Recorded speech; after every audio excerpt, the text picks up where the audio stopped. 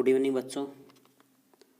कक्षा 8th का एक वीडियो हमने देख लिया है।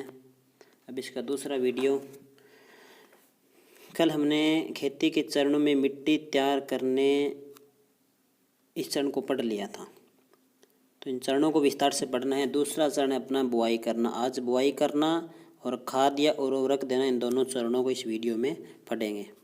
तो सबसे पहले अपना टॉपिक है बुआई करना। सबसे पहले इसकी परिभाषा लिखी हुई है कि यह फसल उत्पादन का सबसे महत्वपूर्ण चरण है बुआई करना। बीज बोने से पहले अच्छी गुणवत्ता वाले साफ व स्वस्थ बीजों का चयन किसान द्वारा किया जाता है। किसान जब बीज बोएगा तो अच्छे बीज होते हैं, जो साफ होते हैं, स्वस्थ होते हैं, उन्हीं बीजों का चयन करता है। जो अंदर से खोखले बीज होते हैं ना, उनका चयन नहीं करता है, क्योंकि वो फिर अंकुरित नहीं होंगे।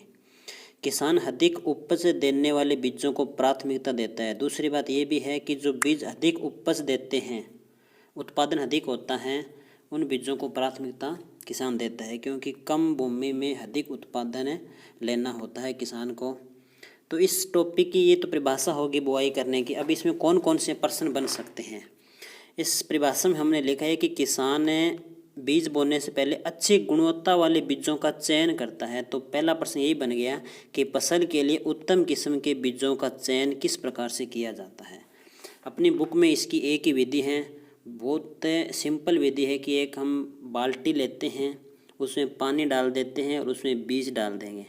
तो जो बीज हल्के होंगे, अंदर से खोखले होंगे, उनका वज़न कम होगा, वो पानी के ऊपर तैरने लग जाएंगे। और जो बीज स्वस्थ होंगे, उनका वज़न अधिक होगा, वो बाल्टी के पेंदे में बैठ जाते हैं। जो बाल्टी के पेंदे में बीज बैठ गए, वो बीज स्वस्थ है, किसान उन्हीं को बोता है। जो ऊपर बीज तैर रहे हैं वो खोखले हैं, हल्के हैं, क्षतिग्रस्त बीज हैं, उनको किसान बाहर निकाल कर फेंक देता है। ये एक अच्छी विधि है उत्तम किस्म के बीजों का चयन करने की। जो लिखा हुआ वो पढ़ रहे हैं।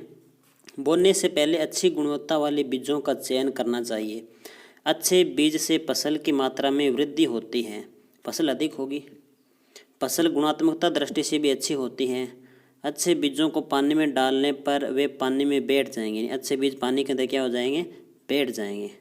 पानी पर तैरने वाले बीज खोखले होते हैं, क्षतिग्रस्त होते हैं। जो बीज पानी पर तैरते हैं उन्हें किसान उपयोग में नहीं लेता है। जो बीज बाल्टी के पेंदे में बैठ जाते हैं वे बीज स्वस्थ होते हैं और किसान उनका उपयोग बुआई के लिए करता है। ये उत्तम किस्म के बीज के चयन की एक विधि है। तो इसी के साथ हमारा दूसरा टॉपिक बुआई करना कंप्लीट होता है। इसके बाद अपना तीसरा टॉपिक है खाद या उर्वरक देना। मैं एक बार ऊपर दिखा देता हूँ आपको कि मिट्टी तैयार करना टॉपिक हमने पूरा कर लिया, बुआई करना टॉपिक हमने पूरा कर लिया। अब तीसरा खाद या उर्वरक देना। इस टॉपिक में देखते हैं कि कौन कौन से प्रश्न बन सकते हैं, कैसे प्रश्न बन सकते हैं। सबसे पहले खाद और उर्वरक में क्या अंतर है। नंबर 1 प्रश्न, खाद और उर्वरक में क्या अंतर है। ये अंतर सारणी बनाकर करना है बच्चों। एक तरफ खाद लिख लेना, एक तरफ उर्वरक लिख लेना, बीच में लाइन खींच देना। 3 अंतर दोनों के लिखे हुए, 3 लिख देना। मैंने तो सारणी बना के किया नहीं है, क्योंकि PDF बनते नहीं है सारणी के रूप में। और दूसरी बात, जो शब्द आद्य होते हैं ना, उनके नीचे हलंत लग जाता है अपने आप। जब PDF बनाते हैं तब ये कंपोस्ट में लगा हुआ है, जैसे यहाँ ये सेक नीचे लगा हुआ है, यहाँ लगा हुआ है, ठीक है, ये आद्य शब्द होते हैं। तो अंतर है, पहला है खाद प्राकृतिक पदार्थ है। अंतर हमेशा तुलना के रूप में याद करने से उल्टे ही होते हैं अंतर। खाद का याद कर लेंगे तो उर्वरक का आसानी से याद हो जाएगा।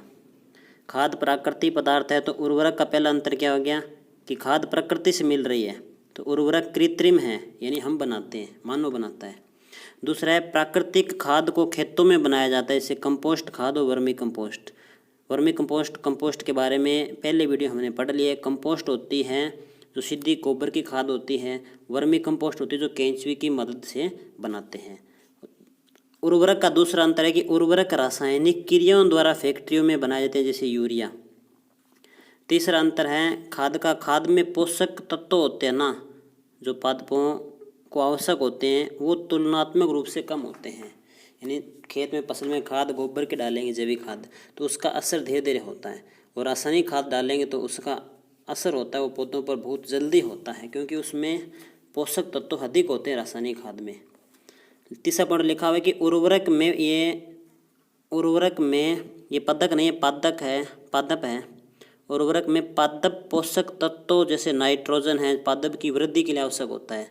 फास्फोरस है, पोटेशियम है, ये प्रचुर मात्रा में होते हैं उर्वरक में। दूसरा प्रश्न बन गया, खाद और उर्वरक में से कौन श्रेष्ठ और क्यों। इसके ओब्लिक आगे लिखा हुआ कि जैविक खाद के लाभ, यानी इस खाद को ही हम जैविक खाद कहते हैं। गोबर की खाद को ही जैविक खाद, जैविक जीव जंतुओं से जो खाद बनती है वो जैविक खाद होती है। तो खाद और उर्वरक में से कौन श्रेष्ठ है, इसका उत्तर पूछेंगे तो हम लिखेंगे खाद और उर्वरक में से गोबर की खाद या जैविक खाद श्रेष्ठ होती है। गोबर की खाद क्यों श्रेष्ठ होती है, वही जैविक खाद के लाभ हैं।